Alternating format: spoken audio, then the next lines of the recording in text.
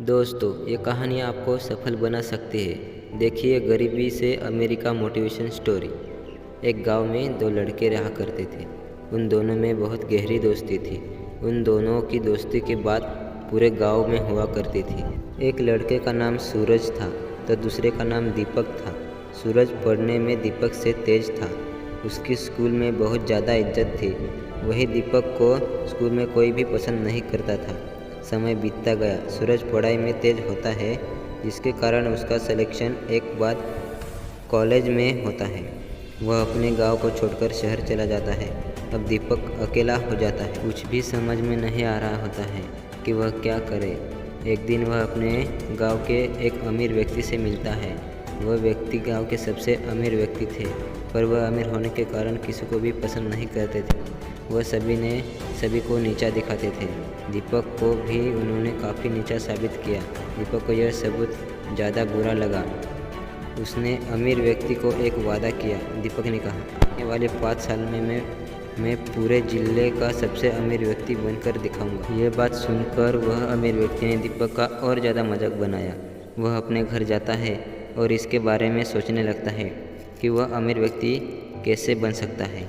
कुछ समय के बाद उसे पता चला कि बिजनेस करके अमीर बना जा सकता है। वह एक बिजनेस को शुरू करता है, लेकिन उस बिजनेस में वही सफल नहीं हो पाता है।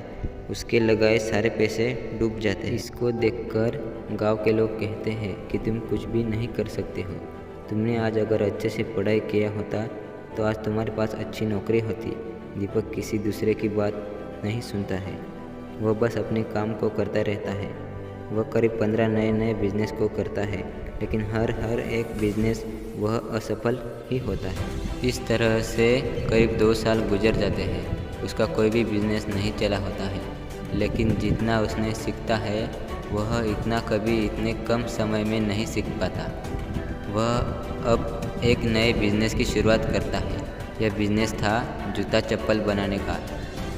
जब दीपक के गांव वालों को इस बिज़नेस के बारे में पता चला तो उन्होंने दीपक का बहुत ज़्यादा मजाक बनाया, पर दीपक ने किसी की एक न सुनी। समय बीतता रहा। दीपक ने जो कुछ भी अपने पुराने बिजनेस से सीखा था उसको इस्तेमाल किया, साथ ही नई जानकारी को भी शामिल किया। अब 5 साल पूरे हो चुके थे। उस घमंडी अमीर व्यक्ति को एक दूसरे व्यक्ति से भी बिजनेस से सिलसिले मिलना था। जो व्यक्ति इस घमंडी व्यक्ति से अमीर था वह खुद ही घमंडी व्यक्ति के घर आता है।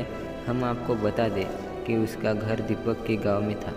अब तक सूरज भी अपनी पढ़ाई करके गांव आ चुका था। अभी तक उसे कोई अच्छी नौकरी नहीं मिली थी। वह अभी नौकरी की तलाश कर रहा था। एक दिन करीब 25 गाड़ी एक के पीछे एक सूरज के गांव में आ रही थी। उस घमंडी के दरवाजे पर गाड़ियां रुकी। वह घमंडी व्यक्ति और ज़्यादा घमंड कर रहा था कि उसके जिले के सबसे अमीर व्यक्ति उसके घर आया है। लेकिन वह देखता है कि उस गाड़ी से दीपक उतरता है, जो कि अब बहुत ही अमीर व्यक्ति बन चुका था।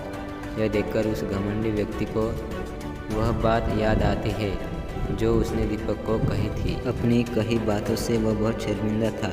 यहाँ पर दीपक उस अमीर व्यक्ति से उसका बिजनेस खरीदने आया था, जो बिजनेस अब डूब ही रहा था।